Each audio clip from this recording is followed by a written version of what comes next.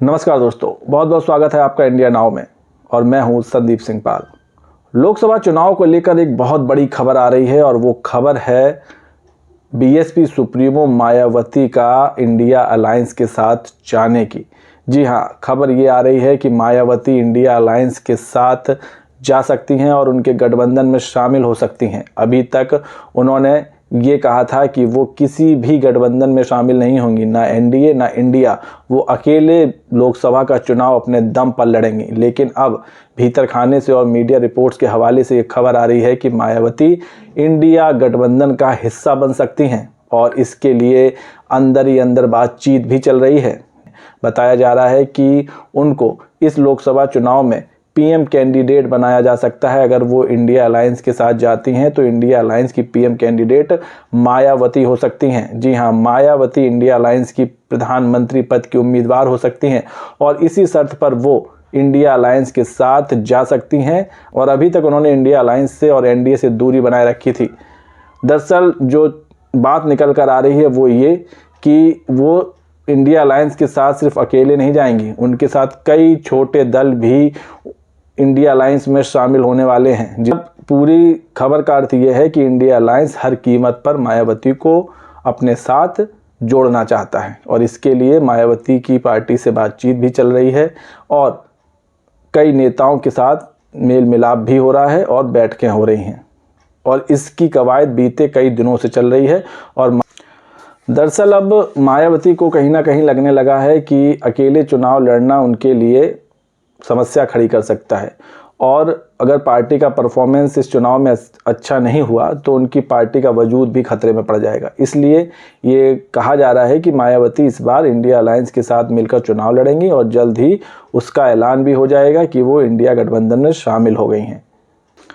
अगर मायावती को India alliance का पीएम कैंडिडेट बनाया जाता है तो इससे बीएसपी को कितना फ़ायदा होगा वो हम आपको बताते हैं। अगर मायावती इंडिया अलायंस की पीएम कैंडिडेट मिलती हैं तो समझिए उनको अगले 5 साल तक के लिए उनकी पार्टी को एक नया जीवन दान मिल जाएगा। एक तो उनकी पार्टी नेशनल लेवल पर हाईलाइट हो जाएगी और जो उनके कोर वोटर्स हैं और जो मायावती की पार्टी के कोर वोटर्स हैं जो अब बढ़ गए थे वो एक साथ फिर से एकजुट हो सकते हैं और इससे मायावती की पार्टी की ताकत बढ़ सकती है। और सबसे बड़ी बात ये होगी कि जब इंडिया अलायंस इस बात का प्रचार करेगी कि हमारा जो पीएम कैंडिडेट है वो एक दलित है, इससे देश में दलितों का जो वोट बैंक है वो बंटना बंद हो जाएगा और एकजुट हो जाएगा और जितने भी उनका जो कोर वोट बैंक है वो मायावती की पार्टी और इंडिया अलायंस को वोट करेगा। इससे इंडिया अलायंस को भी इस चुनाव में तगड़ा फायदा हो सकता है। यही एक वजह है कि इंडिया अलायंस मायावती को अपने साथ रखने की कोशिश कर रही है और उनको मनाने की कवायद में जुटी है कि मायावती किसी तरह इंडिया अलायंस में शामिल हो जाए, जिससे लोकसभा चुनाव की राह इंडिया अलायंस के लिए थोड़ी सरल जरूर हो जाएगी। वहीं मायावती की भी कुछ मजबूरियां हैं। दरअसल बीते जितने लोकसभा चुनाव हुए पिछले 3 या 4 उसमें मायावती की पार्टी का वोट शेयर गिरता नजर आया है। वो अपने वोट बैंक को साध नहीं पाएंगे और उनका जो वोट बैंक है वो तितर बितर हो गया, जिसके चलते जो मायावती की पार्टी के कैंडिडेट भी काफ़ी कम जीते। हाँ, पिछली बार जरूर जब उन्होंने अखिलेश यादव के साथ मिलकर लोकसभा चुनाव 2019 में लड़ा था तो उनकी सीटें अखिलेश की सीटों की डबल आई थी। अखिलेश की 5 सीटें आई थी, मायावती की 10 सीटें आई थी, जिस पर अखिलेश ने कहा था कि उनको तो फ़ायदा नहीं हुआ लेकिन बहन जी को जरूर फ़ायदा हो गया और उनके 10 सांसद बन गए।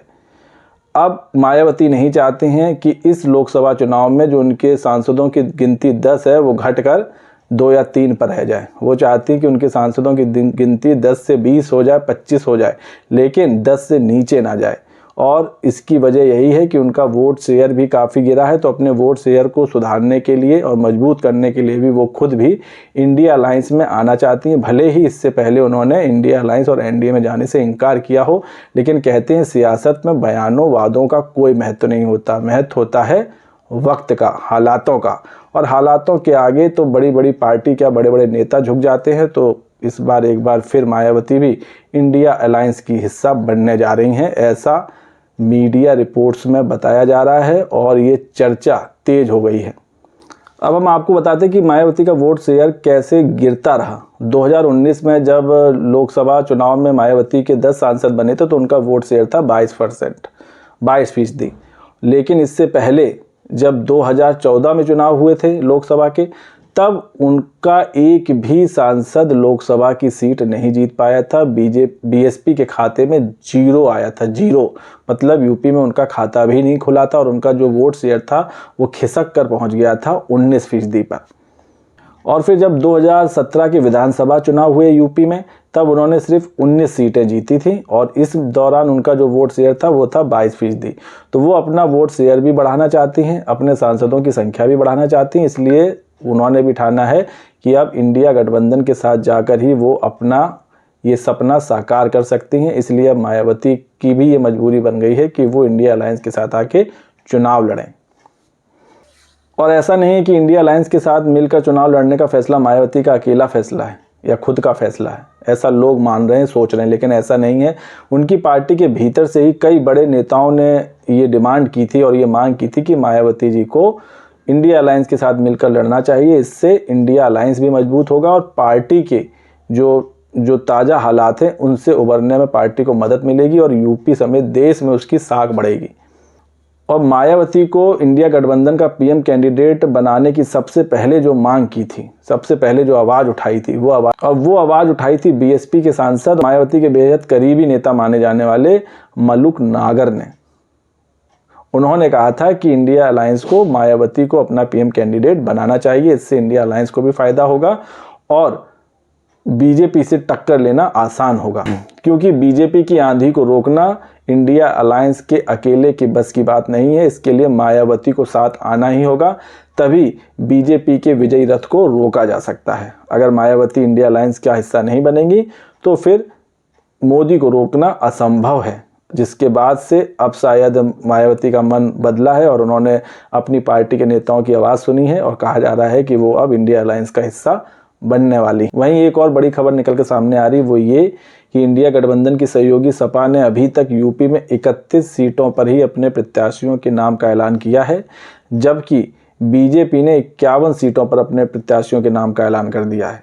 वहीं दूसरी तरफ मायावती की पार्टी का दावा है कि उनकी तो लिस्ट तैयार है, उनको बस ये डिसीजन लेना है कि अब वो अकेले चुनाव लड़ेंगी या फिर इंडिया अलायंस के साथ जाकर चुनाव लड़ेंगी।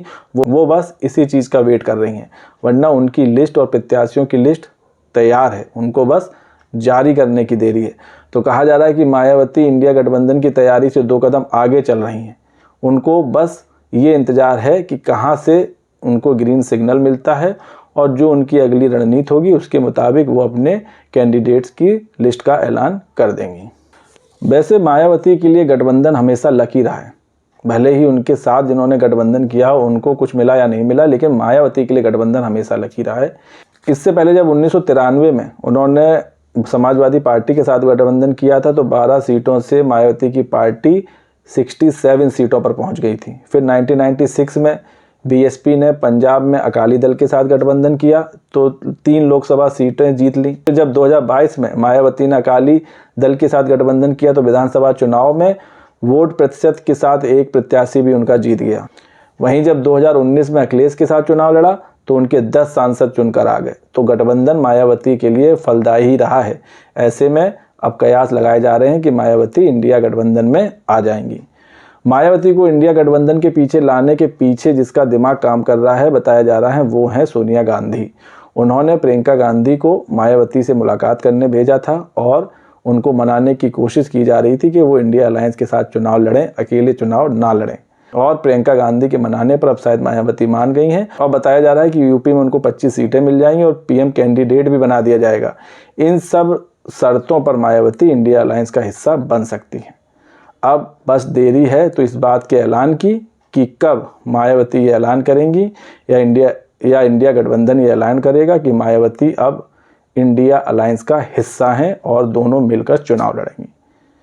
तो दोस्तों वीडियो आपको कैसा लगा कमेंट्स करके बताइएगा और वीडियो पसंद आया हो तो चैनल को लाइक और सब्सक्राइब करना ना भूलिए। तब तक के लिए नमस्कार।